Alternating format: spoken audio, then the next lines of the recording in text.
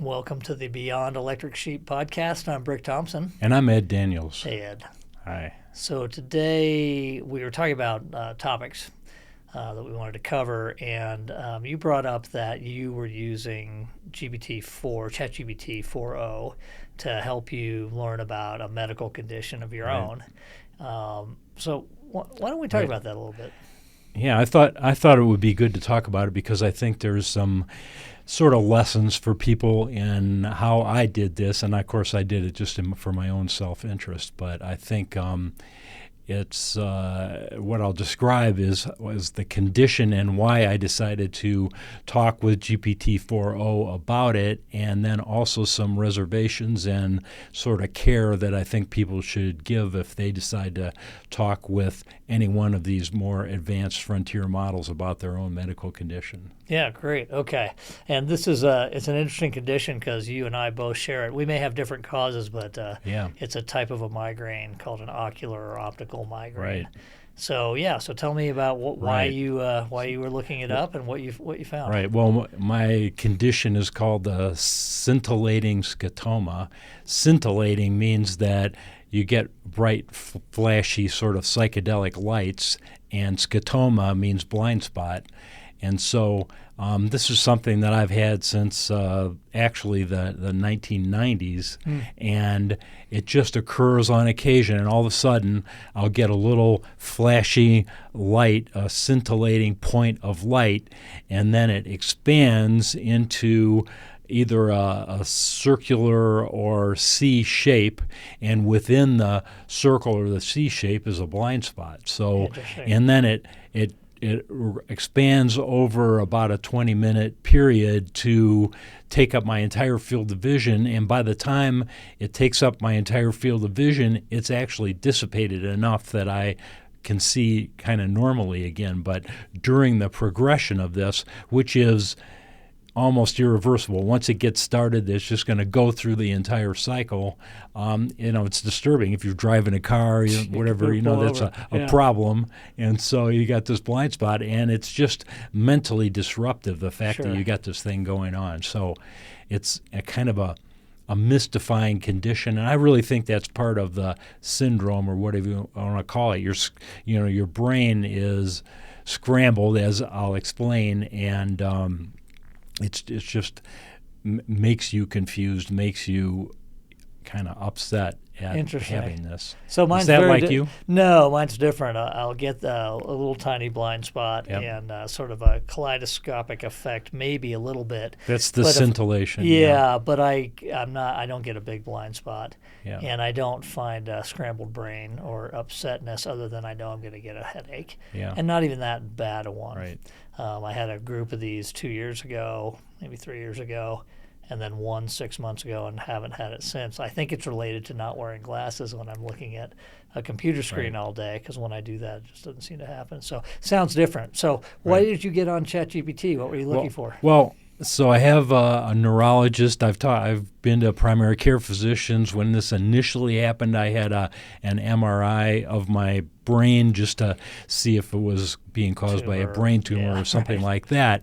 But ultimately, it kind of boiled down to this fairly defined condition. If you look at the medical literature, I mean, all the way back to the late 1800s, people have defined this similar type of condition to what you and I both have. But, of course, the way that it manifests in different people is a little bit different. So I've talked to my neurologist. I've had, in recent months, a video appointment chat session with my neurologist, and that's fine, but I have a very curious mind. I want to know what's going on. I mean, it's about me, so it's important. Right. And I've got a million questions about that. What's going on with my brain, with brain function, and how does this whole thing evolve? What are the precipitating circumstances, like you said, staring at a screen, for example, could be precipitating. But I had a million questions, and there's no way I'm going to tie up my neurologist's time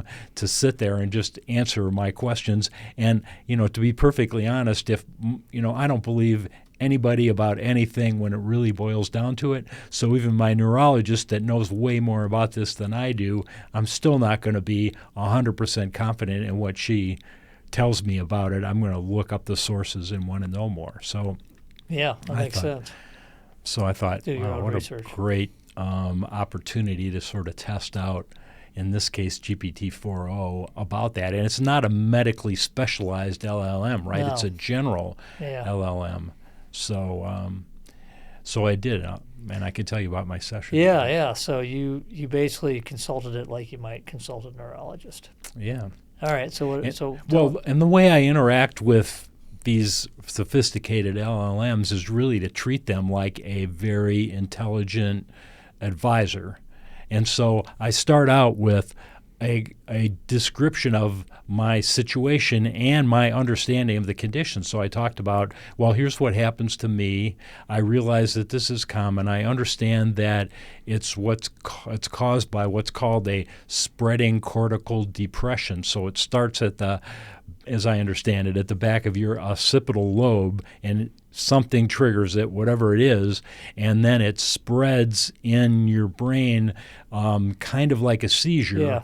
Does. There's an electrical storm going across. And it basically, and so the spreading cortical depression is this scintillation, and then the depression that follows it is the blind spot, and then ultimately it gets out there, and your neurons recover. And so anyway, I was talking to, first of all I said, is that an accurate description of the condition? And it said yes, and then it replied to me in a lot more detail, a lot better use of scientific language. And then I started, so anyway, that was just great and very reinforcing in terms of my understanding of the condition. So it came back to you with information that lined up with what you already knew. So you felt like, okay, this is it's not just making stuff up. It's not just hallucinating. Right.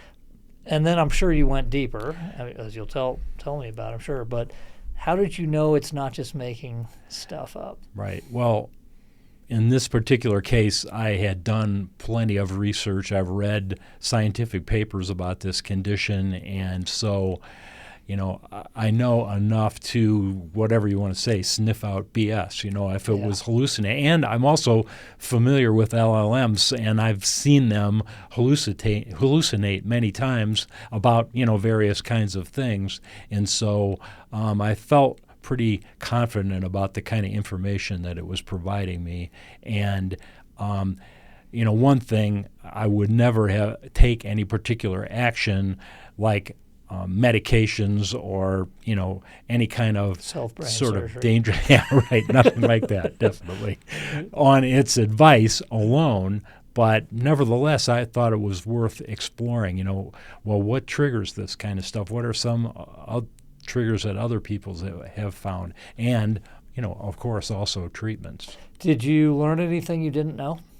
Well, definitely. For example, I was talking to it. One thing my neurologist advised was some medications, and also, though, vitamin supplements, certain things like magnesium, riboflavin, and as supplements, in addition to this other supplement called Butterbur, which works for me, but my neurologist didn't like that because it has a lot of times liver toxins. Oh, so, yeah. If it's not refined properly. So, but, GPT-4o knew about all that, and I was able to ask it additional questions, and it suggested another vitamin supplement called CoQ10, which is something that, you hear advertised on the TV, and, I never paid very much attention to it. I think. Yes, Yeah. right. But apparently it has some supplemental effect for, in this case, migraines.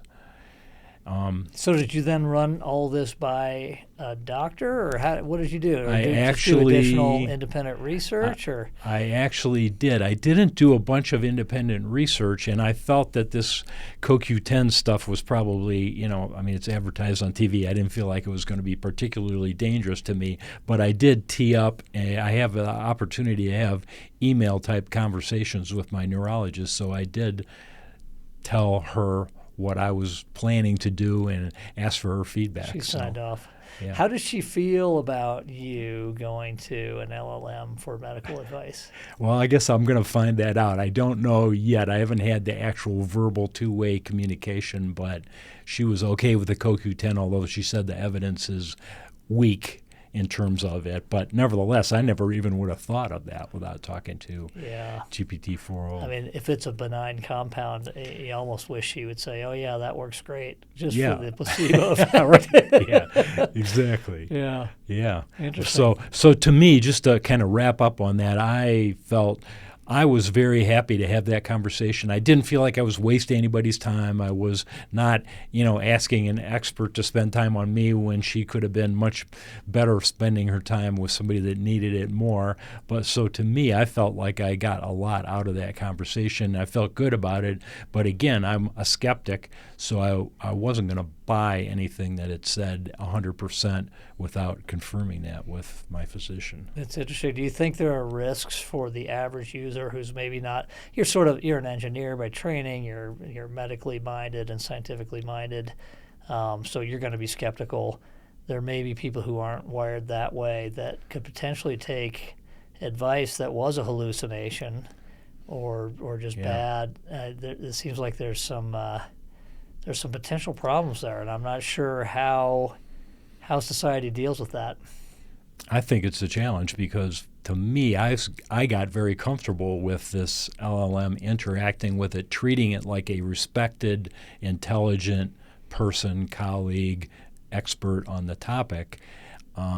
And I could see how you could easily fall into just automatically trusting whatever it had to say. It sounds pretty darn smart, and so I think it's scary. I don't worry about it because I'm skeptical, like I said, of everything. I don't believe anything anybody tells me ever, and if you don't think that's true, just ask my wife. She'll confirm that.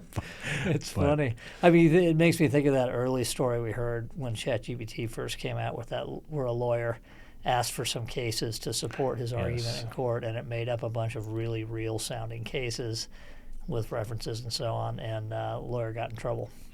Definitely. I think it's really important to look out for that because, one of the major dangers, I think, of AI is that it wants to please you. It wants to answer your questions. And so, like in that case, it came up with cases that reinforced whatever that attorney wanted to do. Yeah. And you could see the same thing happening in a clinical situation. Right. If you were saying, I'm really desperate to find a solution, okay, take echinacea, that'll do it, or Right. so whatever. Yeah. Maybe. Yeah. Interesting. All right. Well, thanks for sharing that. Yeah. I think listeners might be interested in your experience. Right. All right. Talk to you soon.